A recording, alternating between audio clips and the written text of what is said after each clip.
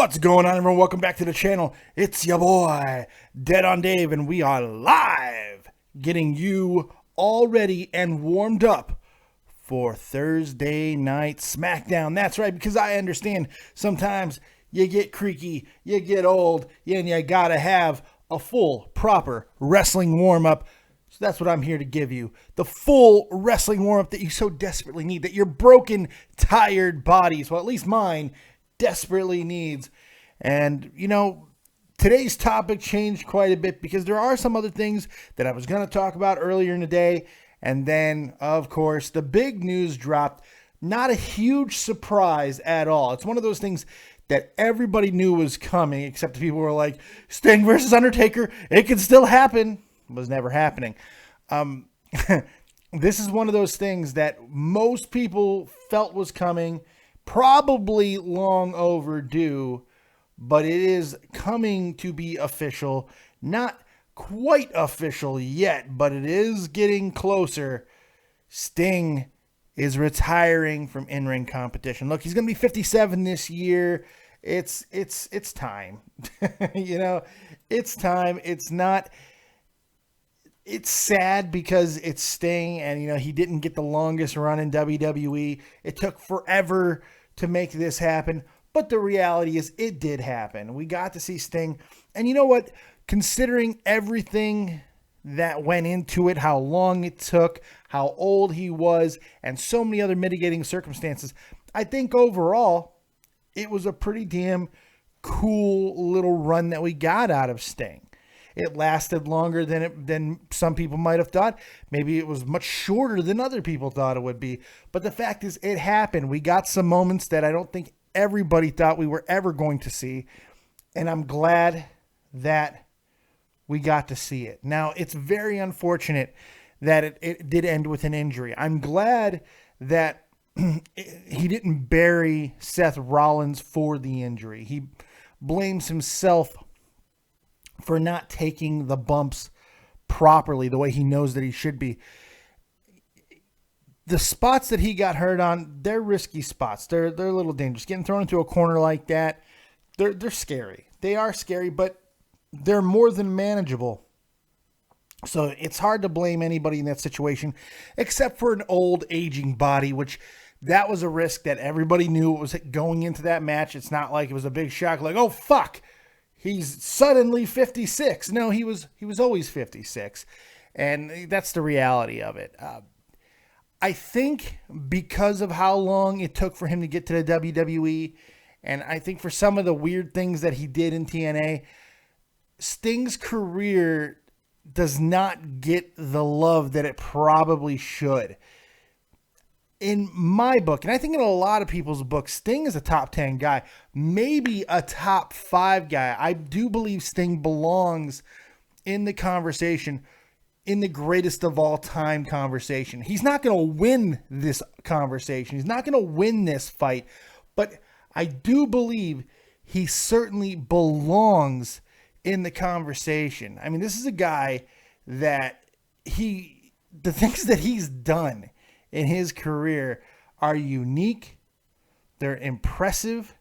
They're unprecedented. I mean, that's the thing.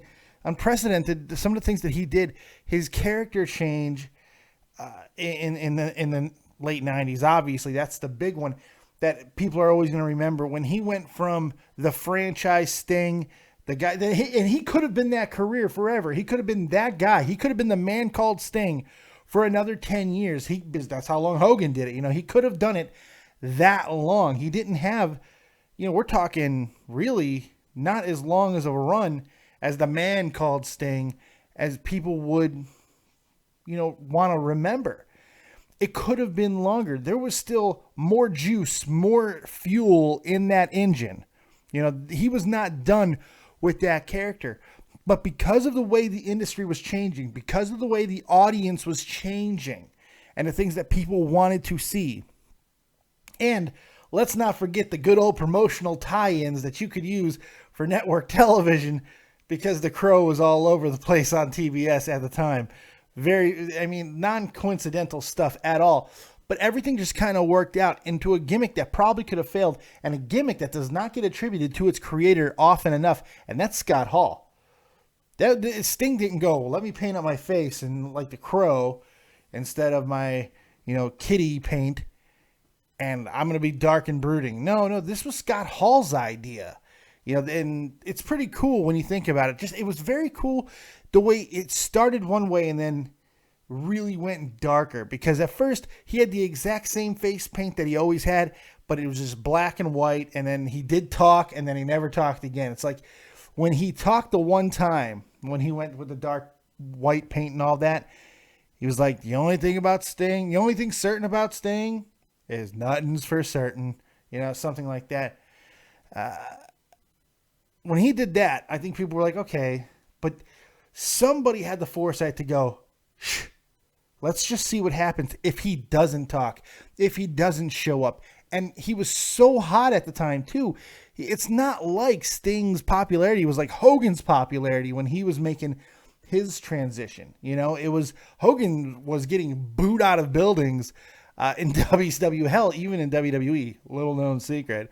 If you go back and watch things, Hogan was getting booed quite a bit as Hulkamaniac, brother. People were tired of it. That was not the case with Sting. So making a change the way that they did, altering your character, ultimately changing the game, changing wrestling, this gimmick did that. It gave you the anti-hero that turned out to be the ultimate hero in one of the darkest, most real times in wrestling. You had this very cool entity in the NWO, and then you had Sting, who was rocking the same colors, so there was all this ambiguity about light, dark, good, evil. What was he?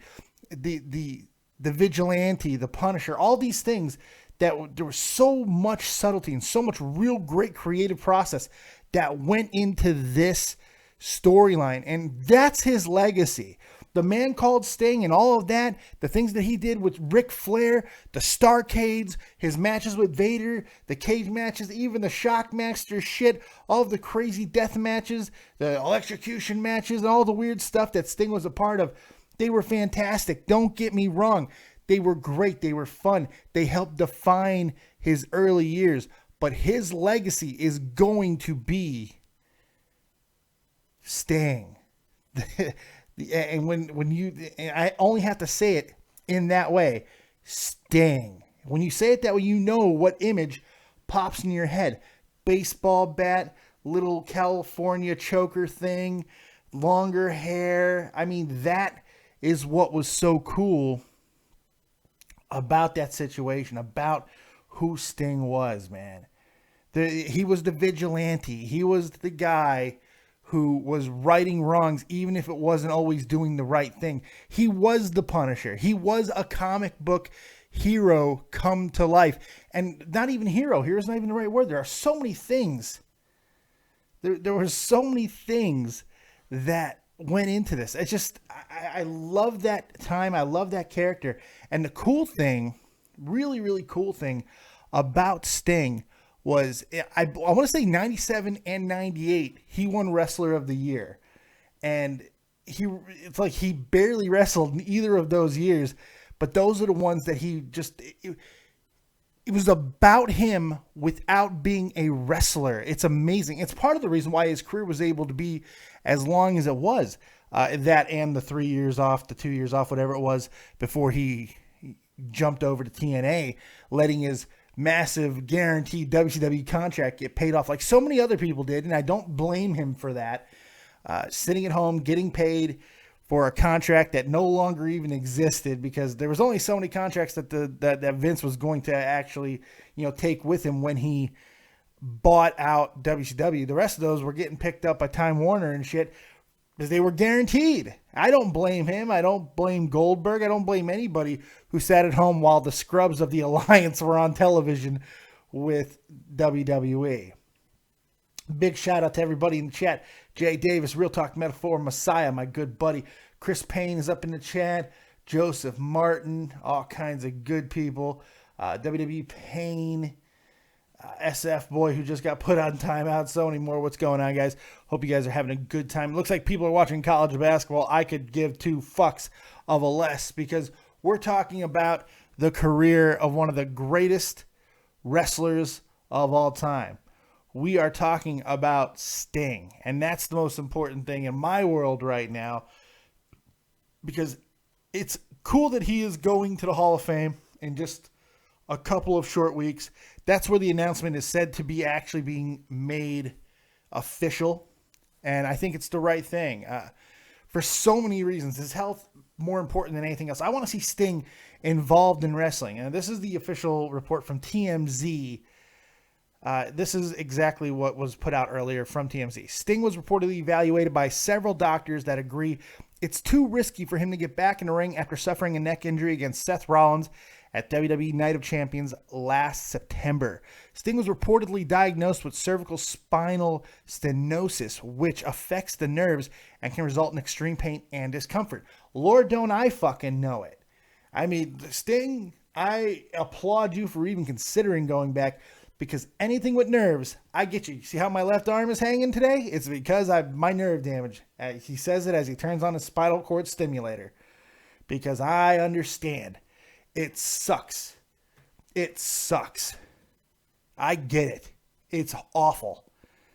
TMZ adds that Sting may make the official announcement at the Hall of Fame ceremony on April 2nd. Sting is said to be open to a non-physical role with the company, but no offer has been made at last word.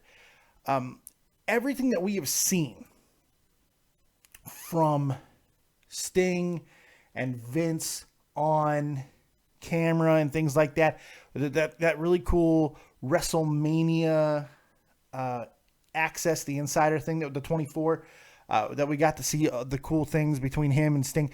I mean, Vince seems like a really good person to these older wrestlers, to everybody, really. But of course, that's with the camera on. I mean, it's hard to judge exactly what's happening, but Sting seems so joyous, so appreciative of the entire situation. It's hard not to love this guy.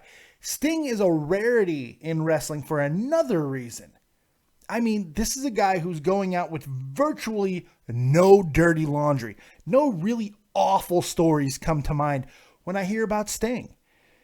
A pretty damn clean guy in one of the dirtiest industries in the world. Wrestling is dirty. Don't kid yourselves. I love wrestling. I am a lifelong wrestling fan, and I will love it to the day I fucking go into the ground. But let me tell you, man.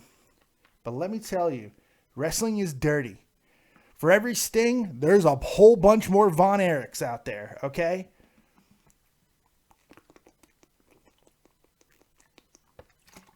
And I think that's important to note. And it's hard to go through your life being a genuinely good guy and not a hated douche nozzle, let alone go through a life that is a passion-based business, not making it in your original passion as a bodybuilder, being brought in as, you know, a guy because of your look, and at a time when it was just becoming that norm to get these big bodybuilder type guys. I mean, he and The Undertaker were responses directly to the Hulk Hogan movement. These bodybuilders getting back into, you know, we can train these guys to be regular wrestlers, maybe nothing great. Sting's passion for the industry, you know, turned him into something, and a regular athlete. He wasn't Lex Luger. And that's not a knock to Lex Luger. That's not a knock to Lex Luger, because Luger had a good career for what he was, but he was not a professional wrestler. He was a bodybuilder who went into the ring, did this is what Luger was. Yeah, he was a professional wrestler. I don't want to be too big of an asshole here to flexy Lexi, but there is a difference between bodybuilders that became wrestlers. And Sting really became a wrestler. His moveset was unbelievably diverse, and it was great. It was copious in many ways. I mean, Sting was just this incredible figure. I just can't say enough. Somebody in the chat says, Who do you think will induct Sting? I don't need to think. It's Ric Flair. It's already been announced. I believe Ric Flair, the greatest rival for Sting, even greater than Hulk Hogan and Sting. It was Ric Flair. Ric Flair is the reason why Sting was able to get over and become the man that he was later on. I mean, without Ric Flair, Sting doesn't become the franchise. He does not become that man. So it's only appropriate that Ric Flair inducts him. And the funny thing is, Ric Flair, I believe he's already inducted somebody. He'll continue to induct other people. He'll continue to induct other people. Am I botching? Fake ass spot. Dave is botching more than Shane tonight. Am I botching? I'm not botching. Eat me, fake ass twat. Eat me. I'm not botching. Eat a dick. How about that? Actually, I felt I was rather clean tonight. Clean out your fucking ears. Stop and let people jizz in your eardrums and maybe you'll be able to hear me, fake ass twat, shit talker. Fuck. Hurry up, go play victim. All right. So let's talk about a few of the numbers. Let's look at Sting's career by the numbers, dude. Let's really get into his accomplishments and what he was able to do, because this is impressive to me. He has a hell of a list. So let's get into it. We're going to go right down the list here.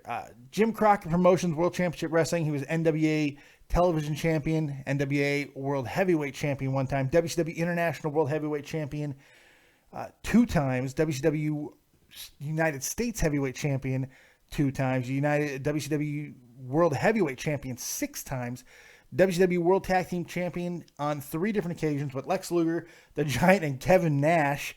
Not a bad circle of people to be tag champions with. He won the Jim Crockett Senior Memorial Cup with Lex Luger in 98. The Iron Man Tournament in 99, Battle Bowl Battle Royal in 1991. If you don't know what the Battle Bowl Battle Royal was, go check that out. That was a cool little response to the Royal Rumble that they realized didn't work as good as the Royal Rumble. So they said, you know what? We're going to go fucking 60 guys, World War III. Let's fucking go crazy. 3 rings, bitches. Let's go nuts. King of Cable Tournament in 1992, European Cup in 94 and 2000, oddly enough. 3rd WCW Triple Crown champion of ever.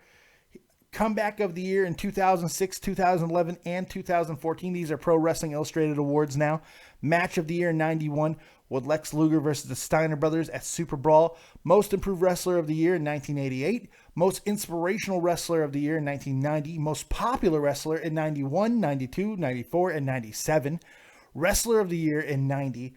Ranked number 1 in the 500 singles charts in 92, 15 in 2003. I mean, it's just TNA's accolades are pretty impressive for what they were. NWA World Heavyweight Champion 1 time, TNA World Heavyweight Champion 4 times, TNA World Tag Team Champions with Kurt Angle once, Inspirational Superstar of the Year 2007, TNA Match of the Year 2007 with Kurt Angle Bound for Glory, which should not have been the match of the year that year, but I'm just saying. He also won it in 2009 versus AJ Styles, Bound for Glory, another match that shouldn't have won that award, but I understand why it did. And TNA Hall of Fame class of 2012. Universal Wrestling Federation, UWF World Tag Team Champions 3 times with Eddie Gilbert and Rick Steiner. World Wrestling All-Stars, WWA World Heavyweight Champion 1 time, and WWE, of course, he becomes a Hall of Famer this year. 2-time Slammy Award winner. Now I botched, motherfucker. 2-time Slammy Award winner. And Wrestling Observer Newsletter. This is where it gets really, really cool. Match of the year in 98 with Ric Flair. Clash of Champions. One of my favorite matches of all time. Clash of Champions, 1988. Go watch that match. It's fucking the balls. Most Charismatic in 88 and 92. Most Improved in 88. Most Unimproved in 90. Dun, dun, dun. 5-star match in 91 with Pillman, Steiner, and both the Steiners versus Ric Flair, Zbyszko, Barry Windham, Sid Vicious. That was War Games, man. That was badass match, too. 5-star match, 92 with Koloff, Steamboat, Barry Windham, and Dusty Rhodes. Once again at War Games. Best Babyface in 92. Worst Work Match of the Year in 95 with Tony Palmer at Battle 7. Worst Work Match of the Year in 2007 with Jeff Hardy at Victory Road. That's Hardy's problem, though. He had an amazing career, man. Just very fun to go through some of his accolades. So much fun to go through the Stinger's accolades, man. Really. Really good stuff.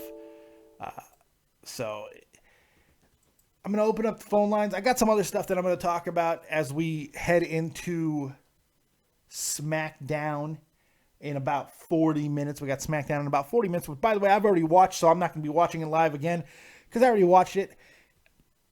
Look, I don't want to give anything away. I actually kind of like the show. I got to be honest. So you guys make sure you enjoy that and stuff. We're going to talk for a little while longer here. Continue to talk about Sting and his career. You guys can call in on Skype, David Vancura, DAVIDVANCURA, or use the number 702-751-2902. Call in. I want to hear what you guys think about Sting. How was his career for you? What did it mean? Do you have any moments for Sting that really stood out for you? I was a WCW guy. I was a WCW guy like true blue, you know? And I'm watching that time period right now. I started with 96 and I'm watching, right now I'm almost at the end of 97. I'm watching every Nitro and all the pay-per-views, and I'm having an absolute blast doing it. And so many of it are because I'm reliving these Sting moments, waiting for him when he was coming down the rafters. Now, the thing is, he's got a lot of baggage because he did the coming down from the ring. He was one of the first guys to really rappel like that. I mean, yeah, Shawn Michaels did the zip line, a little bit different what Sting was doing, far more dangerous. It looked like he was really messing with his own rigging a lot of time. It's just really crazy stuff. And you wonder if, I mean, with the Owen Hart incident, I mean, it's so crazy. So crazy to think about these things. Man, why did Fake Ass Talk got banned or got put on timeout for talking about slurping down his special white sauce because of my weird lamb video? Yes, I love that lamb video. Eat a dick. So, yeah, the Stinger had one unbelievable career. Moving on from Sting just a little bit, unless you guys have some things you want to talk about in regards to Sting, because I can continue to talk about Sting for the rest of the night because of how amazing he was. But there are some other things I'd like to get to before we get into the preview for SmackDown tonight. We do have a couple of things. A botched rumor from last week that had the internet's abuzz. Even I had to talk about it a little bit. Everybody was like, Kurt Angle's coming back to WWE. They talked. Hunter talked to Angle. It happened. Ha ha ha ha ha. No. Turns out it didn't happen. Yes, they were at the same Arnold Schwarzenegger event. It wasn't. I don't think it was in California. Maybe it was in California. I don't know. It's very possible that it was there. We like the Planet Hollywoods there in California. It's very nice. We do what we have to do there. And they were both there at the event, but they did not talk. They didn't do the conversation. Everybody said that they did, but they didn't. Maybe they had a tumor. Maybe they didn't have a tumor. Maybe they were late for the choppers. Maybe they just had to get to the choppers. I don't know. I'm just a former governor of California. I don't know. So, yeah, they didn't talk. They didn't have any conversation, which I think is a bigger story than if they would have. Look, here's the reality of the situation. With Kurt Angle now being a retired guy for a year or whatever the hell you want to think about what he's actually doing, if he's ever going to wrestle again or not, the fact is he's a free agent now. And because of that, you would think that if Triple H gave any shits about Kurt Angle in any capacity, if he thought there was any possibility that Kurt really had something viable to give, he would have at least had a preliminary conversation. Oh, hello. How are you? Hello from the outside. Yeah, it is in Ohio. Thank you. Who said that? Thank you, Chris Payne. Yes, it is in Ohio. That's right. It's not in California. It's in Ohio. I don't know why it's in Ohio. I've never been to Ohio. I don't like Ohio very much. In particular, I don't think it's very nice. But, It's where they tell me I have to be. So I'm there because that's what I do. I'm told to be there. That's why I did the latest Terminator, which I like, by the way. Fuck people who didn't like Genesis. I actually fucking love Genesis. I really did. It was fun. It was great. I like that goddamn movie. Sal Cajeda says, Kindergarten Cop. That's right. Do you know Kindergarten Cop 2 is being made with Dolph fucking Lundgren? It's happening. What? What? Yes. Thank you. Thank you for making that happen. That's amazing. But look, I think it's a much bigger story. The fact that Triple H and Kurt Angle did not talk at all. More than likely, Kurt's not coming to the WWE at any time for anything meaningful other than maybe a goodbye. Maybe I don't even think he's going to get a last match in WWE. I don't think he necessarily needed one. That's the thing. It's going to be interesting. His Hall of Fame. He's going to the Hall of Fame. He's going to the Hall of Fame. There's no question about that. He belongs in the Hall of Fame. He's one of the greatest to ever do it. There's no vastly fucking overrated, though, mind you. The people, oh my God, the craze and the fervor of fucking Kurt Angle. It's annoying. Kurt Angle's one of the greatest. Blah, blah, blah, blah. No, he tarnished his career in my eyes in a lot of ways. Let's take a call. Haidar, you're live with Dead on Dave. What you got, buddy? Hey, brother. Hello. Can you hear me? Yes, I can. What's up, buddy? Oh yeah, a couple of points. It looks like a WrestleMania, Jericho and AJ Styles are gonna have a match at WrestleMania. Do you think there's any chance of putting a retirement stipulation in that match? If Jericho loses, he's gonna retire. I think that it could happen, but there's been no mention to it. Usually when something like that happens, there is some kind of hint to it. Jericho's also scheduled for things after WrestleMania. I know he's in plans for next year as well. So I don't see that happening. I don't think it's necessary in this. This story has been so good. And but they've already wrestled a couple of times before. It's still going to be a good match, but they could have spiced it up a bit. It's because they've wrestled. It's a good story because this is the wrestling matches is what helped propel this story. The fact that this is going to be their fourth match, I think that's awesome to me. I love the fact that this has gone from one thing and become something else. Yeah, it's predicated on a really thin, you're chanting for him type thing. But look, tiny spoilers for tonight. They really do ramp it up well tonight with Jericho. What he does tonight, you got to watch the entire ending tonight. The final match on SmackDown. It's really worth watching, and it's possible based off of that things might not be as cut and dry in that situation as it seems. I don't want to get into it too much more than that because I don't want to give anything away, but it's pretty interesting. I'm looking forward to it.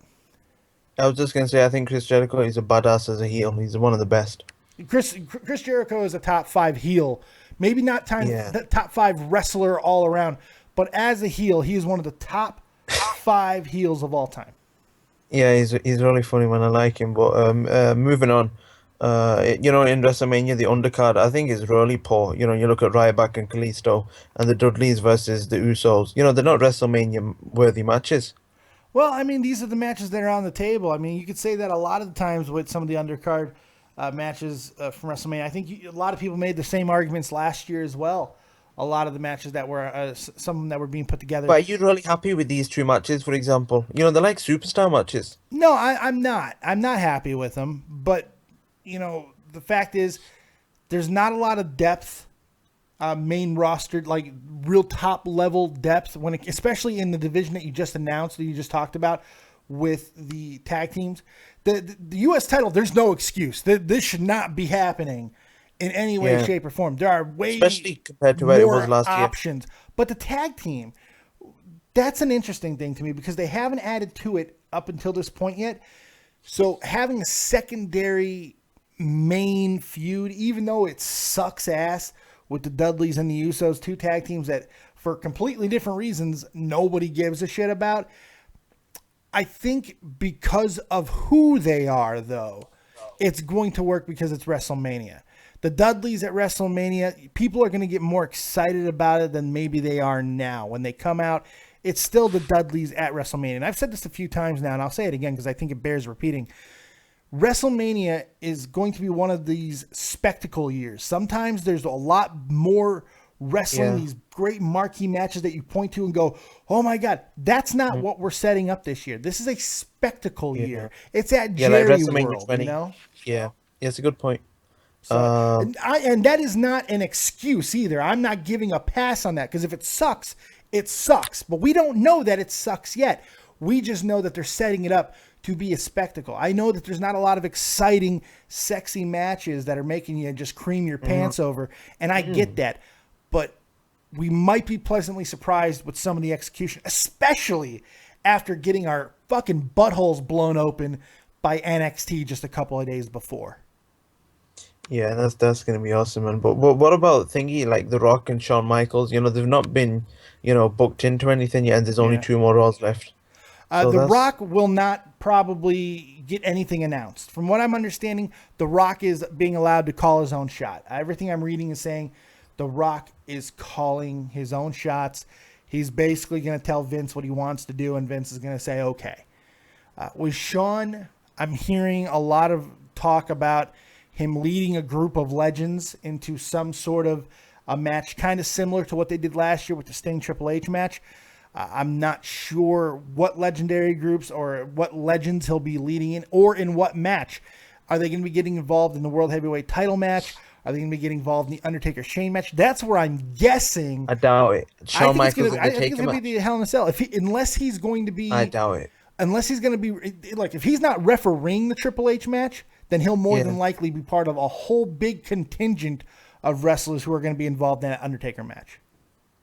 I don't know, man, but regarding that, the Undertaker match, the promo they did on Raw, the Undertaker needs to talk, like a normal person, and they need to do shoot promos. Like, for example, when Shane said, I'm here for the WWE, Taker should have said, oh, where were you for the past 8-9 years? They could have made it into a shoot. They've already kind of hit that. They've hit the fact that he hasn't been around.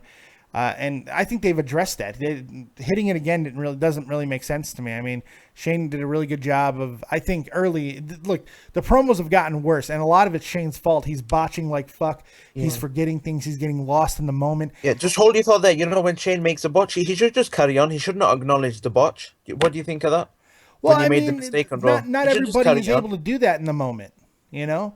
Not everybody has the capability. I mean, Shane looks emotional when he's out there right now.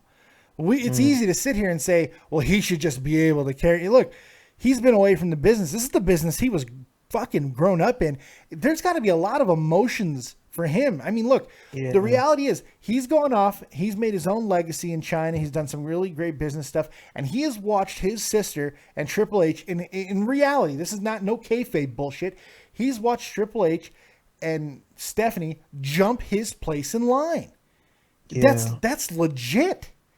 And it's got to be emotional to be back and then get the reactions that he's getting. He's having fun with it on Twitter. He's saying, like when he made fun of his botch where he says, oh yeah, you're going to hit me and I'm going to miss. He tweeted that out and said, I should probably rethink that strategy. Shane's very likable, and that's the thing about him. So he's a cool guy. He's a good-looking guy. He is. He aged well. He does look like his daddy, though. He really, really does. It's pretty. I think there is potential for this match, but it's not going to be because it's Shane and The Undertaker, and that's in promo work. In the ring, it's not just because of those two. Something else has to be added to this match to make it special. When you have two ages that are approaching 100, when you combine them, there's only so much you can hope for. Even with a deadlifting and 40-inch jumping Undertaker. Scary. Man, but Taker, he looks pumped up though, man. He's 500 pounds deadlift. 40-inch vertical leap right now. Yeah, I'm 50 years old. I would say that's scary. Yeah. Yeah. What else have I got? You mentioned Hadar, I need to ask you, boy, if you like what The Undertaker brings to the table. Have you ever seen a phenom quite like me? I'm sorry, go ahead. Oh, Wait, I was just gonna say, look at my Undertaker. I got a funny one. Michelle, hand me my Viagra. Michelle, I need you to get me my Geritol. He needs to stop talking like that. I don't like him, man. He's really past his course. He needs to talk properly. You know, even when he was like American Badass, it wasn't much different. You're in my yard, boy. I'm gonna make you famous. I mean, it's just who he is, man. He's just a big guy. He's just a big biker, fucking gruff guy. Michelle, we're gonna fucking 69 tonight. You know, what are we looking for? You know. Yeah, let's move on, man. What else you got for me, bud? Oh yeah, you mentioned Kurt Angle. Yeah. Like he's gonna come back to WWE, but don't you think he's a bit of a hypocrite? When he left WWE, he said, "Oh, I signed with the devil. Oh, I hate Vince McMahon," and now he wants to come back. You know that story. If you really want to have fun one day, really go back, and it takes a lot of research. I did it, and it's a bitch. I'm not even gonna lie to you. Go back and search for specific information from those years when it happened in 2006. The original story from Kurt Angle has been changed 7 times. Oh. 7 times.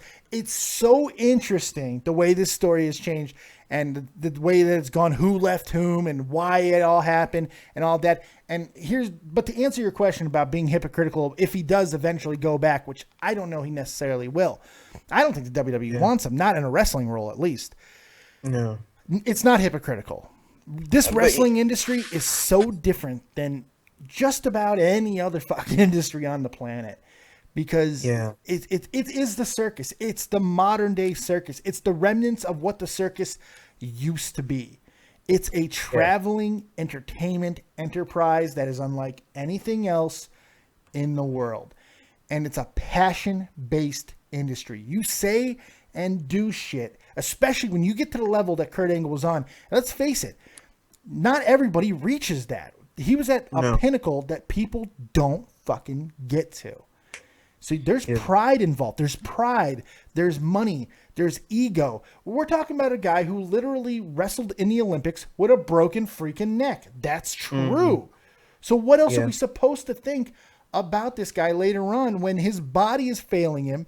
You have a company who's trying to do right by him, probably not for the most magnanimous of reasons, mainly to protect themselves down the line, because around 2006 is when all the shit was really starting to come about wrestler safety. Because his neck, you know, if you look at his neck, it's so swollen up. It looks in really bad shape. Oh, yeah. All those angle slams he's done. I'm telling you, man, I have not enjoyed a Kurt Angle match in close to a fucking decade. I mean, WWE knew he was used up. They knew he was done in 2006. No, I don't think so. He left out, you know, when he was one of the main guys. He was coming on a down slope, and you could see his body was failing him. He wasn't passing fucking health regulations, man. And then he had to abuse drugs and all kinds of different fucking alcohol and prescription drugs just to get through matches, to a point where he got arrested for DUIs. Like, it became a fucking nightly basis. I mean, his life shattered and crumbled, and people ignore it because of the love of Kurt Angle. I'm not going to ignore it. I saw this man's fucking life shatter because he refused to acknowledge what was happening to his body. He refused to acknowledge it. He was going to keep going on until it fucking killed him. Yeah, and like Chris that's what Benoit. needs to be protected. That needs to be protected. Someone needs to step in and say, dude, you need to calm down. And that's what WWE ultimately did. And they did it again with Daniel Bryan. And good for fucking them. Because these wrestlers are hard-headed. I grew up around these motherfuckers. I know how hard-headed they are. Look at Ric fucking Flair. Look at these guys. It's crazy, man. This industry is dirty, man. It's scary. But wait a minute. You said you used to hang around with WWE wrestlers. I hung out with a lot of different wrestlers. Oh, you party with Ric Flair? No, not partied. And not really WWE. It was more of WCW guys. My mom worked at the Sherwood Forest in the Excalibur Hotel and Casino, which was right below the Nitro Grill. So I got to hang out with a lot of cool people. And then I went to wrestling school for like 2 weeks, the All-American Wrestling Academy in Las Vegas. And I met a couple of cool people from that as well. So Yeah. Oh yeah, one more thing before I go. Yes, sir. What do you think about the Hulk Hogan trial, man? I think it's really funny. The Hulk Hogan trial. Yeah. Oh, it's hilarious. It's sad but hilarious. He should sue him. I hope he gets a lot of money from it. How the heck did they record him for? Without him knowing. This is one of the. I can't believe that this trial is being live streamed. I can't believe that it's even being listened to by a credible judge because it's pretty fucking ridiculous. I mean, right now, if you've been paying attention to this, the Gawker lawyers, the Gawker CEO, these assholes are trying to go through things that Hogan said during his post-sex pillow talk and say these are newsworthy items and admissible to be put out for the world to see. This is insane. Yeah, it's an insult to the judicial system. It is. It's an abortion of justice. Yeah, but what about Linda Hogan, that little bitch, trying to get attention? She's so stupid. Her face looks really bad. I don't know what's happened to her face. I cannot stand that woman. I really can't. And look, I'm not giving Hogan a pass here because he's a douche nozzle too. But she is awful. Yeah, she's horrible, man. But I used to watch Hogan Knows Best, and they seem like a happy, chappy family. I don't know what's happened to them. Did you ever watch that show? Oh yeah, yeah. Yeah, I thought it was good, man. But what can you do, man? As much as I could tolerate, it was always sad watching the Nasty Boys limp around when they come around and stuff. Oh yeah, yeah. It was sad. It was good stuff. Are you getting ready to watch SmackDown there, Haidar? You got anything else for me? Actually, it doesn't come on. It's going to come on at 1:00 in the UK. I'm going to be asleep. Well, yeah. For me, it's 18 minutes. It comes on for me. Oh, it's 11:30 over here, so it's 12:30 over there. Why does it? Really? Yeah. Oh, just normally comes on at like 10:11, but for usually, today. Yeah. That with the. Yeah. Just a one-off today, but Oh, that's right. I hope that's not the case with me. Did it get preempted for me too? I don't know, man. So I mean, it doesn't matter. I just want to do my damn review. Yeah. Oh yeah. By the way, man, respect for you, man, for doing that about the Ashes, thanks, cash man. thing. That's a big up, man. But I hope the Ashes listening. The guy's an idiot, man, and his parents should take blame. He's a 12-year-old kid, and what's he doing watching Joe Cronin's show? Joe Cronin's not a PG show, and he's like 12 years old. Well, neither is this show. I mean, Cronin has. I know. Yeah, that's what I'm saying. Would you let your kids listen to phone in on shows and donate all that money? No, but there's a lot of kids who are watching these shows and parents aren't paying attention. I don't know what's going on with that Asher situation. It's weird, man. It's really weird. I appreciate his sentiment. I appreciate his passion for it, but I just didn't feel right. I thought about sitting on the money and seeing where I wanted to talk to his parents is what I wanted to do. Yeah, did you ask him? Can I talk to your parents? Yeah, I want to know what's going on because believe me, I could have really used that money. But yeah, absolutely, man. Right. It's a lot of money, man. But like a 12-year-old kid, and he's getting all that money, and he's given like over $1,000 to Cronin. Oh, way more than that. Way more than that. Yeah, it's been a lot. And he could have invested it in WWE shares or something. That's right. If you want to be in a volatile market, absolutely. But yeah, it is what it is, and I did what I felt was right. Accept it? Did he happily accept it back?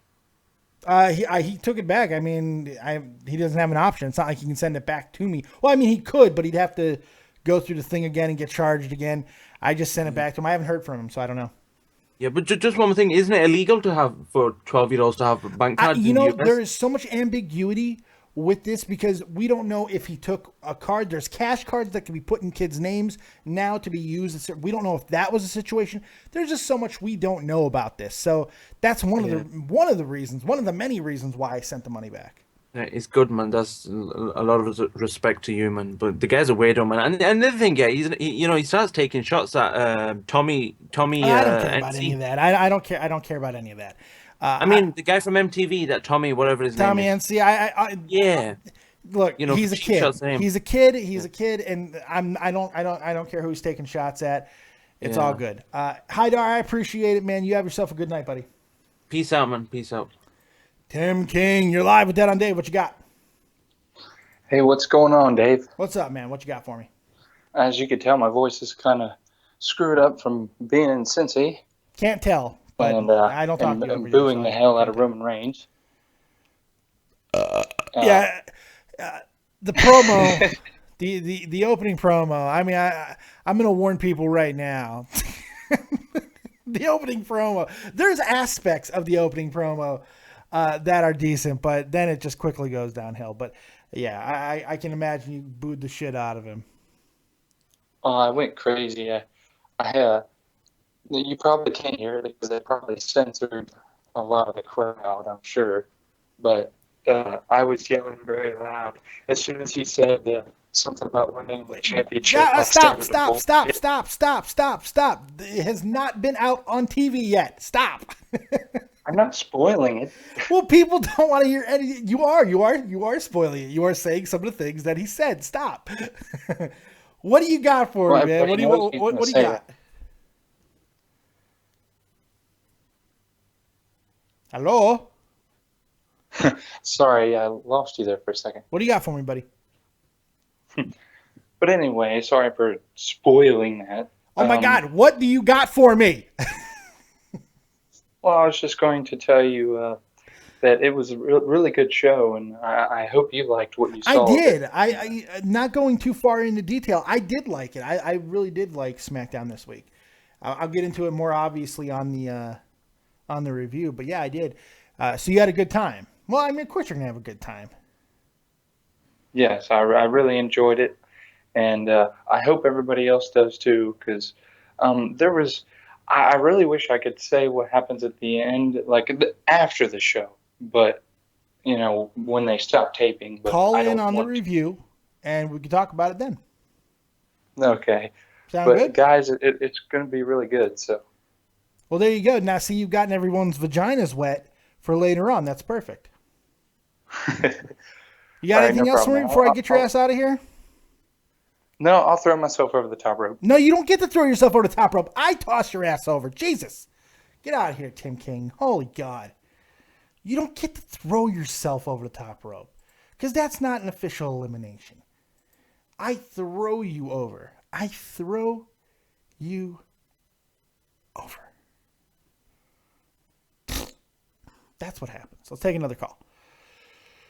718, you're live with Dead on Dave. What you got?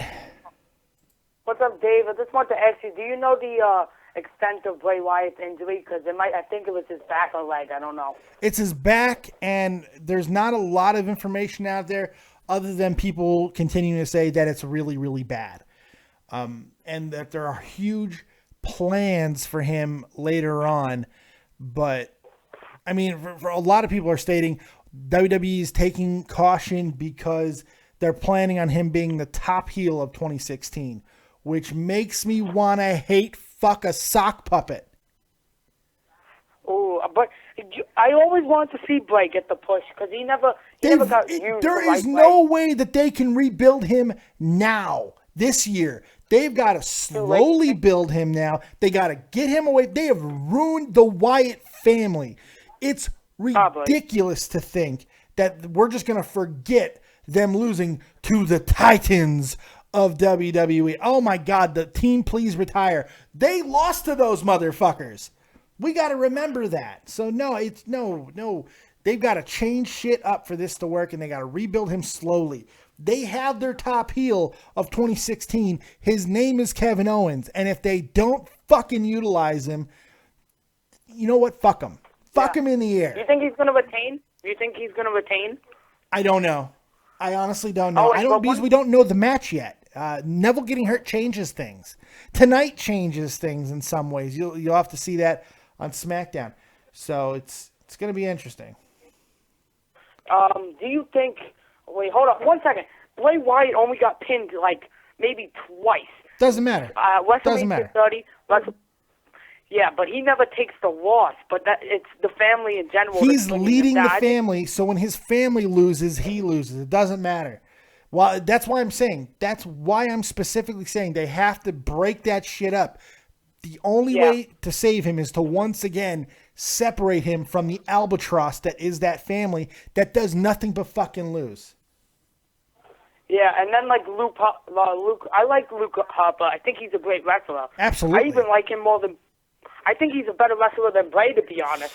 I don't know if he's a better. I think Bray has a lot more versatility. Luke Harper's unique because he's so much bigger than Bray, and the way he moves is exciting. But I think Bray has the all-around real superior game. Yeah. You know, Dave, if I have to see another Golden Tooth promo, which I probably am going to see because I didn't read any spoilers. If I see that again, because you know they're not wrestling at Mania, when the hell is this going to happen? Who cares? You know it's going to happen already. Make it happen. We'll talk about it on the review, I'm sure. All right, Dave. I will call you later. All right, man. Take it easy, Joe Martin. Joe Martin, everybody. Joe Martin. So we're 10 minutes away from that SmackDown thing.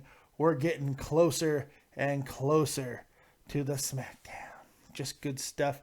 Should be a really decent show. There's a lot of great things.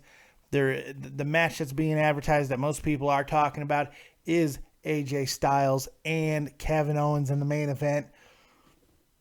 Somebody just tickled my balls. I'm not going to tell you about that match. I already watched it. I'm not going to tell you about it. Just get ready. Oh, God. Speaking of Kevin Owens, Matt J., you're live with Dead on Dave. What you got? Yeah, about that Bray Wyatt being the top heel thing, I think we all know who should be the top heel of this year. I already said it. Obvious. You heard me say it. I already said it. I already sucked your man's dick, okay? All right, but SmackDown tonight, I just want to know, because you already watched the show. Yeah. Because I know Owens and Styles is going to be good, but is it a phenomenal match?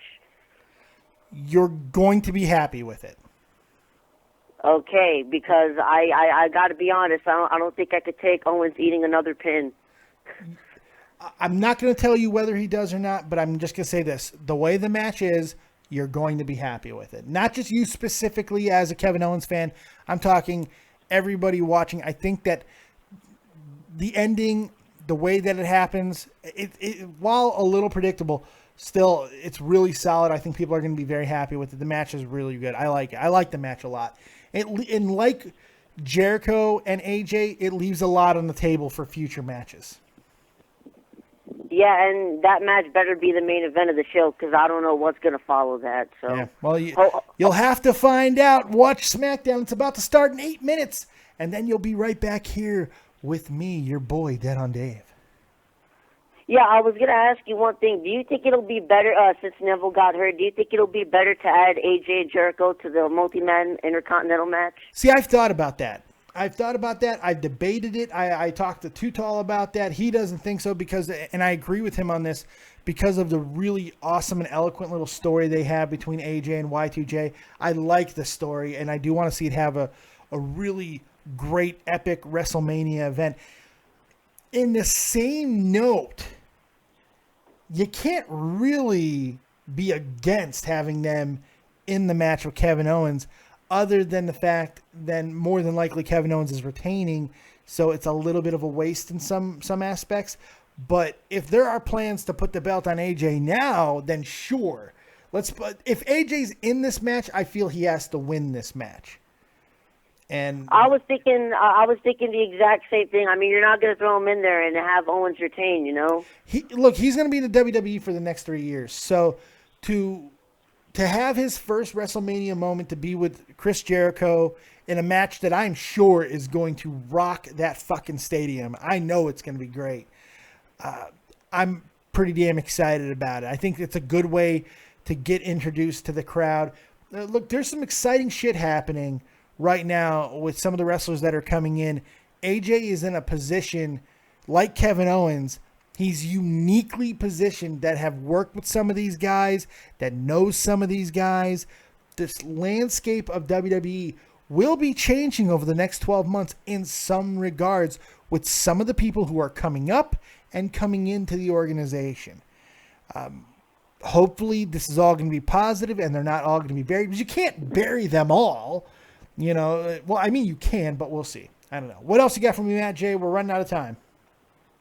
Well, I was just gonna say that I'm really excited for SmackDown, and I will see you tonight for the review. So sounds good, Mr. J. I appreciate that. Have yourself a good evening, good sir. All right, man. Take it easy. Make sure you guys in the chat right now hit that goddamn like button, hit the like button, subscribe to the channel. It's good stuff. Matt Rundle. Dave, I just want to say to the UK viewers that are watching SmackDown is not on until Friday, 11 p.m. Sky Sports 3. If you could tell people just so they know, buddy. Okay, well, that's, yeah, the Sky Sports people, that's fine. Go watch it online. Go watch it online, and you'll be able to see it because it's online. I already watched it. It's online. Everything is online. It's wondrous. Very easy to find, too. Not difficult to find. So you guys can watch and then be back here for the review. One more caller. Jordan Turner, your persistence pays off. Make it quick. We got 5 minutes to SmackDown. What you got? All right, man. How you doing? What the fuck? I just said make it quick. I said make it quick. You don't start with how you doing. I've been talking for 55 minutes. You know how I'm doing. Now I'm aggravated. That's how I'm doing. Fuck, Jordan. What do you got for me? Jesus. Do you think with NXT TakeOver Dallas, do you think it's going to be better than NXT TakeOver London? Oh, without a question in my mind. This card for Dallas looks impressive. It's one of the most impressive and, for me, one of the most anticipated match cards I have ever seen. I am not saying I'm not saying that hyperbole. I'm not saying that in exaggeration. The card that is set up for NXT Dallas is legitimately one of the most exciting match cards I've ever seen in wrestling. It is I'm fucking amazing. I'm completely with you, man. I'm really excited for all the matches. What on that card are you most looking forward to on that card? Oh, it's not even a question. It's Sami Zayn, Shinsuke Nakamura. It's not even. Yeah. It's not even close. And I'm excited for all the matches. American Alpha and Revival is going to be amazing. Yeah. Finn Balor, Samoa Joe is going to be amazing again. But Shinsuke Nakamura and Sami Zayn, I'm bonering just saying those words. Yeah, I completely agree. I'm really excited for TakeOver, and I feel like it's going to kind of overshadow WrestleMania in some ways. I don't agree with that. I don't think it will. I think some people are going to say that it will. They're two different events. And I think that's what's going to become apparent. One's a spectacle, and one is going to be a pure wrestling event. And I think when saying that is one thing because it sounds full of shit. But when you see it and you see the entire weekend and you realize that it's a package, it's not a competing market. It's one is there to heighten the other, and in a lot of ways, vice versa. Now, yes, did Brooklyn blow fucking SummerSlam out of the goddamn water, or Royal Rumble, whatever it was? Yeah, it did. Was it SummerSlam? Was it at Brooklyn? What was Brooklyn? Brooklyn was the one with SummerSlam. It was with SummerSlam. It blew it out of the water. There's no question about that. Yeah. But SummerSlam is not Royal Rumble. Yeah. SummerSlam is not at Jerry World with 100,000 people watching. So a little bit different of a monster, and we'll see what happens. Jordan, I got to go. It's about time for SmackDown. I appreciate your call, buddy. Make sure you call in on the review show. I will, man. All right, man. Take care. Take it easy, buddy. Jordan Turner, everybody. Jordan Turner, thanks for calling in. And we are wrapping this thing up. We talked about Sting. We talked about the Wyatt family. We talked about a few other things during your wrestling warm-up. Do you feel limber? Do you feel like all the juices are flowing? Hurry up. Grab your bottle of water. We got to cool down. We got to get hydrated. Hydrate, bitches. Hydrate. Drink some water with me.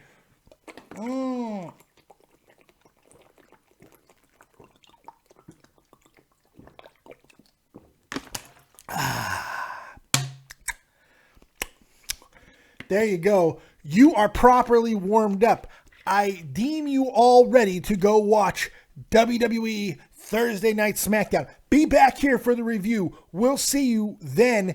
Like, subscribe, and share. And as always, if you don't have talent, have talented friends. Peace.